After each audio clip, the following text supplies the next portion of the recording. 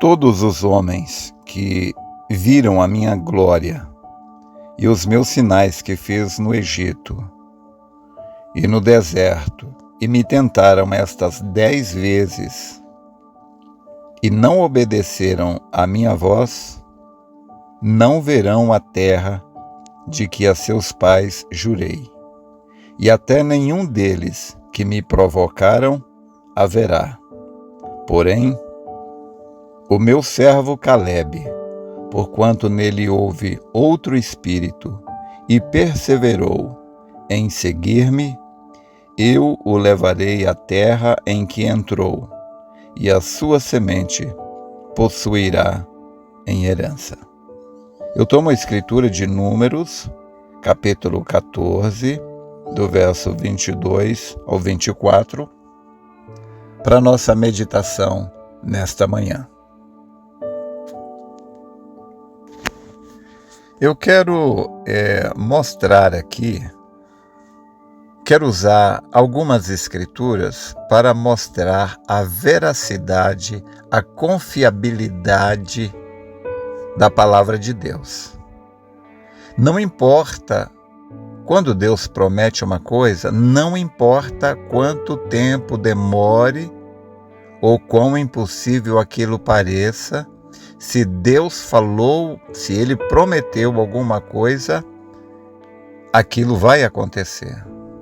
Então, ali o povo chegou ali na terra prometida e viram as dificuldades, as impossibilidades, viram que a terra era habitada por gigantes, e o povo começou a murmurar contra Deus, falando que Deus tinha levado eles para morrer ali. E aquela foi a 10ª murmuração. Deus ficou ouvindo todas aquelas murmurações, mas quando chegou na 10ª murmuração, então a paciência de Deus, eu diria assim, se esgotou.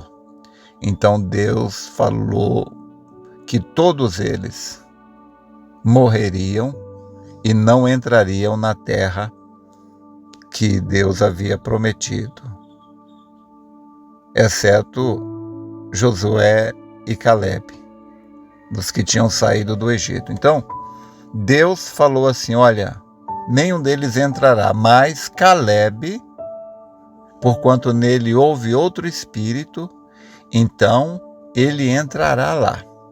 Então, essa foi a promessa que Deus fez no livro de Números. E aí o tempo passou, muita coisa aconteceu. Houve a rebelião de Datã, Coré e Abirão. A terra se abriu e engoliu Abirão, Datã, seus familiares e todos aqueles que se juntaram com eles. A terra engoliu, matou todos eles. Depois teve a vara de Arão, que floresceu.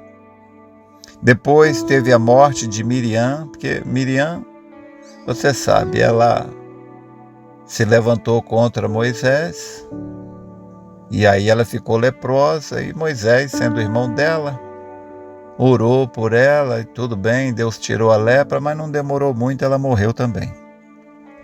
Morreu Miriam, e aí depois Moisés feriu a rocha pela 2ª vez, depois Arão morreu, os israelitas destruíram os cananeus, depois teve de novo mais rebeldia, e aí Deus soltou aquelas serpentes ardentes que picavam o povo, e o povo estava morrendo, e aí para o povo escapar, Deus mandou Moisés fazer uma serpente de metal, e todos aqueles que olhassem para a serpente viveria, claro, aquilo ali mostrando que Cristo um dia também seria levantado, como aquela serpente de metal foi levantada, e todos aqueles que olhassem para Cristo viveriam.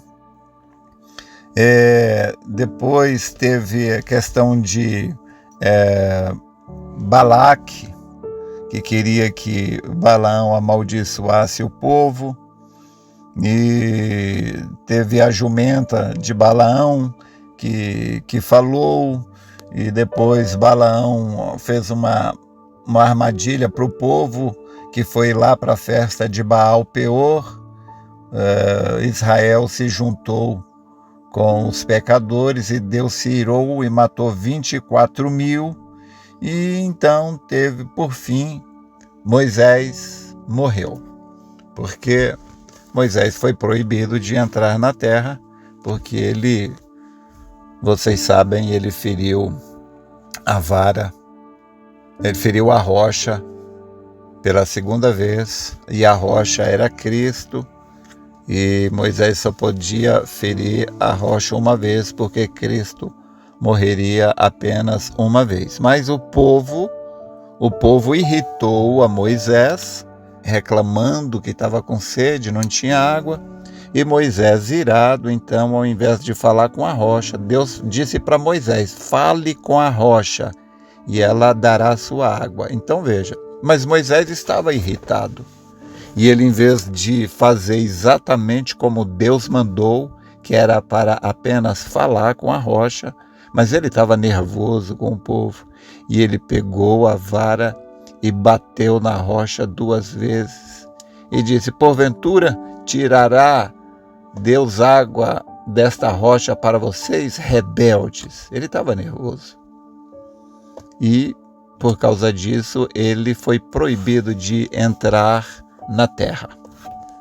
Mas então aconteceu todas estas coisas, e parece até que Deus já tinha até esquecido da promessa que Deus tinha dado para Caleb. Mas só que Deus não esquece de nada que ele fala. Deus não esquece de nada. E aí teve mais outros acontecimentos que a gente viu que o muro de Jericó foi derrubado. Vocês lembram ali, eles rodearam, a ordem de Deus foi que Israel rodeasse a cidade de Jericó por 7 dias, e no 7º dia eles deveriam gritar e o muro cair, e realmente aconteceu. Mas Raabe, a prostituta Raabe, foi salva porque ela havia guardado aqueles espias de Israel. Teve então depois, na tomada da cidade de Ai, Acã, ele escondeu aquela cunha de ouro e a capa babilônica. Teve também depois o acontecimento de Josué ajudando os gibeonitas. Josué fez o sol e a lua parar, não é? E todas essas coisas. E parece que aquela promessa de Deus para Caleb havia caído no esquecimento, mas só que não. Então os filhos de Judá chegaram a Josué em Gilgal. Agora eu vou ler aqui no livro de Josué, capítulo 14, a partir do verso 6, você vai ver que Deus guarda todas as suas palavras, tanto as suas palavras de bênção como de maldição. Então os filhos de Judá chegaram a Josué em Gilgal, e Caleb, filho de Jefoné, o quenezeu, lhe disse. Então Caleb foi falar com Josué: tu sabes a palavra que o Senhor falou por Moisés, homem de Deus, em Cades Barneia, por causa de mim e de ti. Da idade de 40 anos era eu, quando Moisés, o servo do Senhor, me enviou de Cades Barneia a espiar a terra. E eu lhe trouxe resposta como sentia no meu coração. Mas meus irmãos que subiram comigo fizeram derreter o coração do povo. Eu, porém, perseverei em seguir o Senhor meu Deus. Então Moisés, naquele dia, jurou dizendo: certamente a terra que pisou o teu pé será tua e de teus filhos em herança perpetuamente, pois perseveraste em seguir o Senhor, meu Deus. E agora, eis que o Senhor me conservou em vida, como disse, 45 anos há agora, desde que o Senhor falou esta palavra a Moisés, andando Israel ainda no deserto. E agora, eis que já hoje sou da idade de 85 anos, e ainda hoje estou tão forte como no dia em que Moisés me enviou. Qual era a minha força, então, tal é agora a minha força para a guerra e para sair e para entrar. Então nós vemos aqui que Deus fez essa promessa para Calebe, que ele possuiria aquela terra, ele e os filhos dele, e passaram-se 45 anos. E então, depois de 45 anos, então Josué dá aquela terra ali em herança para Calebe, conforme Deus havia prometido através de Moisés. Então, meus irmãos, a Bíblia, ela é uma prova de que Deus cumpre aquilo que diz. Devemos sempre lembrar, no livro de Números, está escrito que Deus não é homem para que minta, nem filho do homem para que se arrependa. Porventura diria ele e não faria, ou falaria e não confirmaria? Também no livro de Jeremias, capítulo 1, verso 12, Deus disse: viste bem que velo sobre a minha palavra para a cumprir. E também em Mateus 24, verso 35, Jesus Cristo disse: passarão os céus e a terra, mas as minhas palavras não passarão.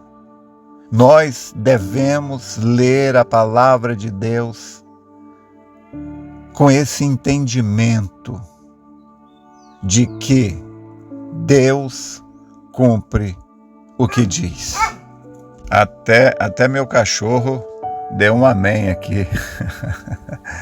Ei, glória a Deus. Oh, gente, é tão bom a gente ter essa segurança de que o mundo é uma areia movediça.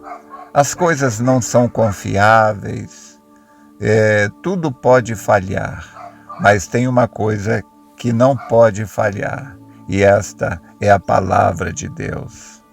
Então, nós podemos ter essa segurança. Jesus Cristo disse: se pedires alguma coisa em meu nome, eu farei.